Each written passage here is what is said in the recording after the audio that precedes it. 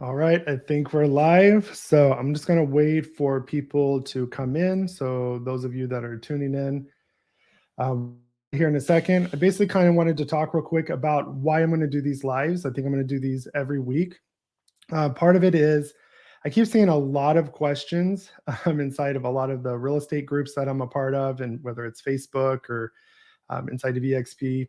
And I want to just answer everybody's basic questions. I think that sometimes they get answered wrong, or everybody think there's one cookie cutter way to do everything. So I gave everybody a chance this week to submit some questions. If you have a question that you want for next week's live or for me to answer, down at the bottom of the screen, there's a place to submit your question. It's just jacobshireman.com/ask-jacob. And basically, I'll be going through those every week. The reason I wanted them there is that way maybe I can get a little time ahead of time to make sure that I can research the answer if I don't know it right away. Plus, everything's always changing in marketing, so I want to give you the best, most up-to-date, best practice. And so if you have any questions for future, go ahead and put them there. And then what we're going to do is we're just going to answer some of the questions that I was getting this week. And I kind of categorized them. So if you see me looking over here, I'm looking at my screen. So I make sure I don't miss them. And I'm just going to give you my opinion on those things and kind of guide you as best I can. If you do have a question and we have some time, go ahead and put them in the comments below. My goal is to keep this around 15 to 20 minutes max. I just want this to be a great, quick place to come and get answers to your question, whether you want it to be anonymous. But I'm here to help. So many of you know, why would I be doing marketing questions? Who am I? Again, my name is Jacob Shireman. I'm here in Houston, Texas, and my background the last 15 years has been in marketing. Really, I specialize in web design, SEO. I've had a lot of hands in branding and social media.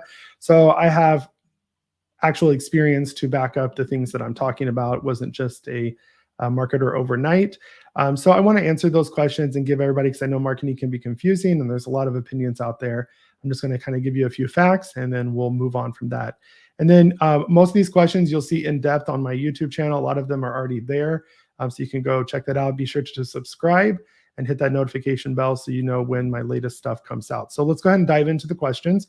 One of the first questions, or we actually got several questions on, was regarding domain names. There's a lot of confusion about that, and domain names basically are simple. We all know what a domain name is. It basically pushes, when a user types in jacobshireman.com, it just reroutes them to wherever my server is that has my website stored on it. So just like your cell phone, that you upgrade your cell phone, well, your phone number doesn't ring to your old cell phone, it rings to your new one because it's been rerouted, because your phone number is just kind of an easy user interface to get to the location of that phone. So it's the same thing with the website. So people ask, should I purchase a domain name? Yes, everybody should absolutely have their own domain name. They're very inexpensive, less than $15 a year, depending where you go and what extension you have, whether it's a .com or .net. So definitely go purchase your domain name. You're not going to hurt anything by purchasing it. Even if you don't do anything with it, you still have it. I've purchased everybody's name in our family and every business that I have and every variation of that business name. So just go get them. And usually, even if you register them on GoDaddy or anything like that, or Stablehost, if you purchase 2 or 3 years, so you don't have to worry about renewing it every year, they usually are willing to give you a great discount. So go purchase your domain name. Now, using your domain name, should you use it? And again, this is a simple yes. And the reason why is just for branding purposes, and it just relieves a lot of headaches in the future. So if you have, for instance, let's say you just use your domain name that your brokerage provides for you for your real estate provided website that your brokerage gives you, and you decide to change that later. Now you have to go update your business cards, any QR codes, you have to swap those out. But if you had your domain name, for instance, I have jmrealtytx.com, going to my real estate website for my partner and I. And if I didn't have that automatically forwarding, anytime that we change things, I would have to update those. And a good example would be, we built our own website And then I would have had to go to all of my business cards, my QR codes, all of my rebrandedly links, and I would have had to update that and show everybody a new link. But because everybody was already going to jmrealtytx.com, only thing they notice is they went to a different site. So you're able to update that. So and the same thing with QR codes. QR codes, you'd have to regenerate those. But if they're already going to that URL, then guess what? It automatically forwards it. So that brings us to another question. What is the difference between domain forwarding and a vanity domain, and which one should you use? And it just all depends. A forwarding domain is just simple, that you go into where you purchased your domain, and then your registrar usually has where you can edit the DNS settings. And there you would say, I want to forward my domain. So if you had a website that was linked to it, it's no longer going to be linked to it, but it will forward it for you to wherever. So for instance, in the beginning, jmrealtytx.com went to my EXP real estate website. Well, now I just went into the domain forwarding, removed that, and then now I forwarded it to my hosting where my website is being hosted.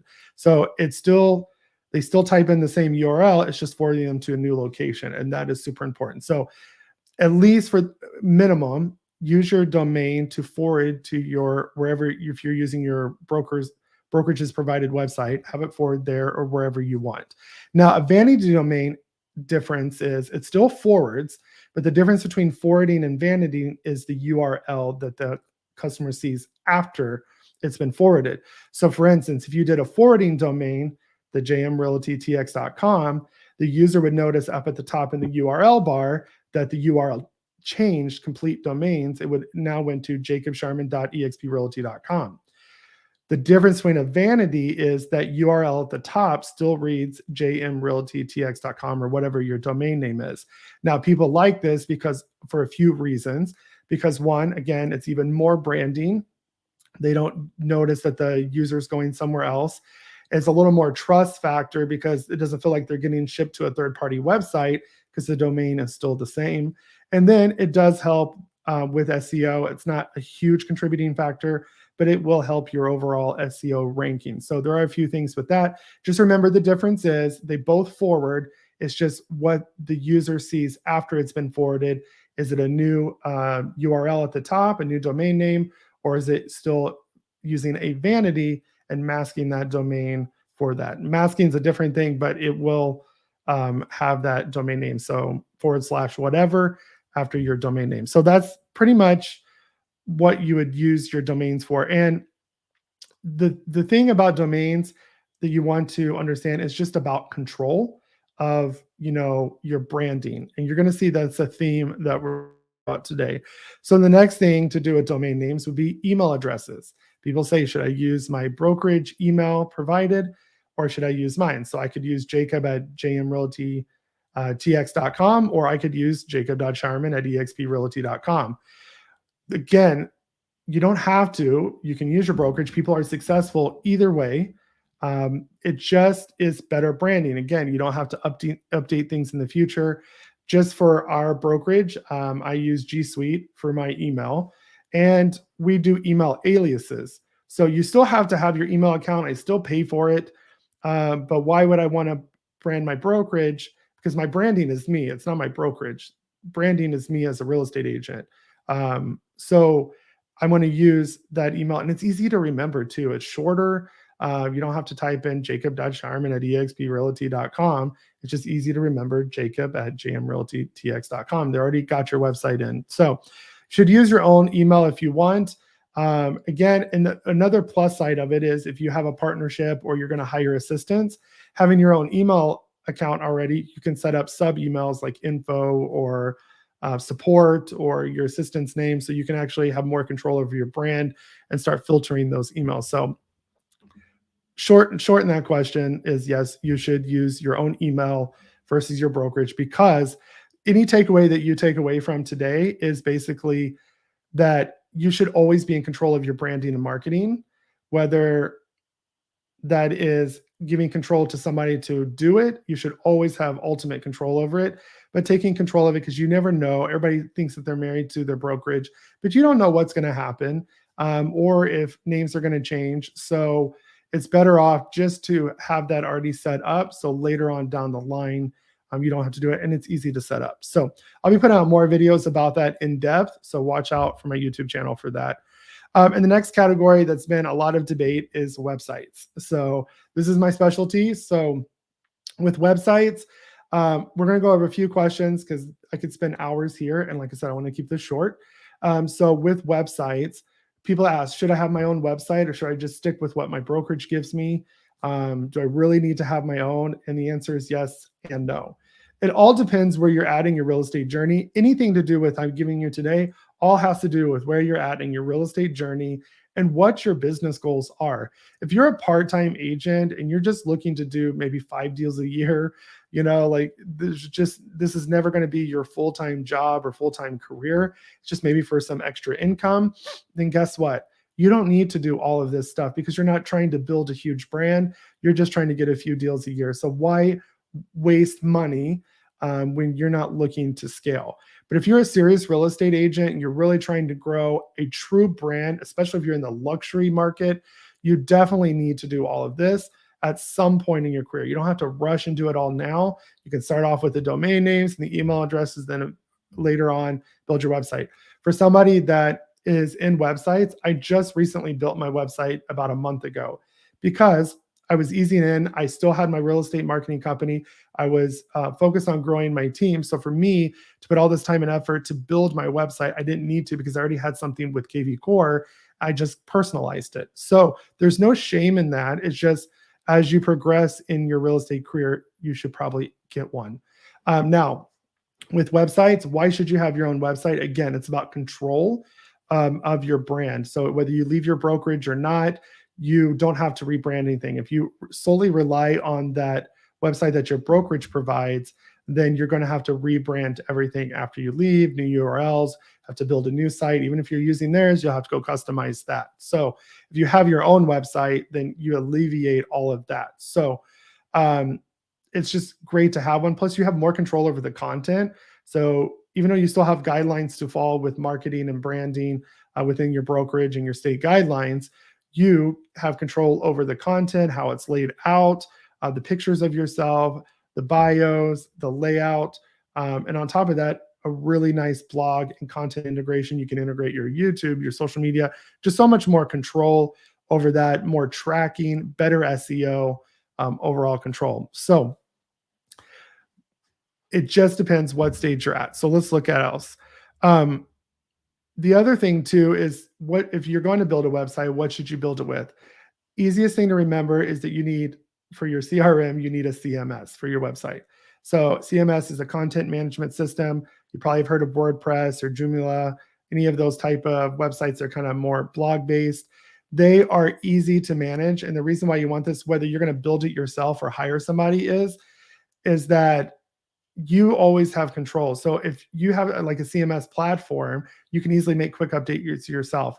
Even though for somebody like me, I offer my clients like monthly maintenance packages where I do all the updates for them. Sometimes if they're just going to change a phone number in one spot or quickly swap out something or update a name, they'll go do it themselves because even though they're paying me to do it, but sometimes, depending on my queue, it could take me 2 to 4 days to get to. So if it's something they need right away, like important, like a phone number, they can just go do it themselves. And no matter what happens, they always have control over their website. So if you're going to build something, I always use WordPress with a great template that you can use. You can customize or use their templates. Is like a Veda WordPress builder. It's a one-time like $70. I use that platform to build websites. However, we don't use their templates, but we customize that. So it's a great platform, easy to use, but very complex as well. Another quick question I got was, can I build the website myself or should I hire somebody? And it just depends. Again, where are you at in your real estate journey? What's your budget? One thing I always caution realtors with is quit giving away your time. We try so hard. We always complain we wear so many hats, but I think it's because we take on those hats when we don't have to. We're so worried about budgeting every little dollar that we forget that time is one budget that we can't get back. Once time is spent, it's gone. So money we can always get again. I always know that if I lose everything today, I can always go make more money tomorrow. It's an unlimited resource, but however, our time isn't. So think about that. The amount of time that you're going to spend learning how to do this, and trying to do it right versus hiring a professional, is it really going to take you away from income producing activities? So it all depends. Obviously, if you hire somebody, make sure you like working with them, make sure they're qualified. Please take your time in researching who you're going to hire. A lot of people just, I can't believe they pay for half the stuff they get, but it's just because they didn't do enough research, and they think everybody's an expert. So really, really look into that. But if you hire an expert, they're going to do a good job. They're going to build your website correct the first time, and they might offer maintenance and SEO packages to help you climb up in those rankings. So it just depends where you're at in your journey. If you're not sure, just reach out to me. We can talk about it. So another one was integration of CRM and KV Core, and this will probably be our last question. And there's a couple ways. So we use KV Core here at EXP, and people want to know how they can integrate it. You can do it two ways. Right now, I do the first way, which is I just kind of link to it and embed it in my website. So as people are coming to my actual standalone website, and they go to a real estate page or search properties, I have one of the embedded search tools in my website. Once they search, it goes in opens up in a new tab and shows them the results. Also, I have saved URLs for searches in those pages. So if they want to search like Katy or Houston or Sugar Land, they can quickly click these already saved searches to save them time. So I use that because right now it's fine. I have other bigger projects, and later I'll use their WordPress plugin and integrate that into the site. So that's a second option. You can have your web designer, you figure it out yourself, use the WordPress plugin. You do have to pay for it.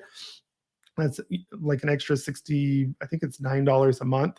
And you can integrate that into your website and have it more custom so they never have to leave. And again, it's just overall part of that brand. You can do that. Like I said, you can link to it. You can have all the information when they click real estate. You can just go to your EXP site. You can do save searches. So much you can do with that. And another question we got as far as KV Core, if you do integrate it with your website, if you use the WordPress, do you have to manually upload those contacts? No, you can link all of that together.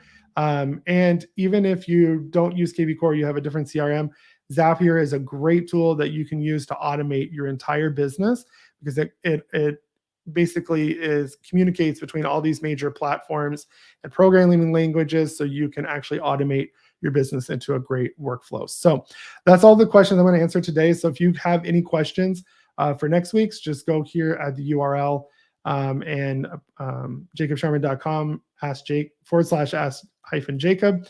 And then you'll see it in all of my social media posts. Hope this was helpful. If you have questions for next week, please submit them so we can talk about them. And then all of the stuff we talked about today, you'll see in the next coming week. I'll be putting these out in YouTube videos. So I hope this was helpful, and I'll see you guys next time.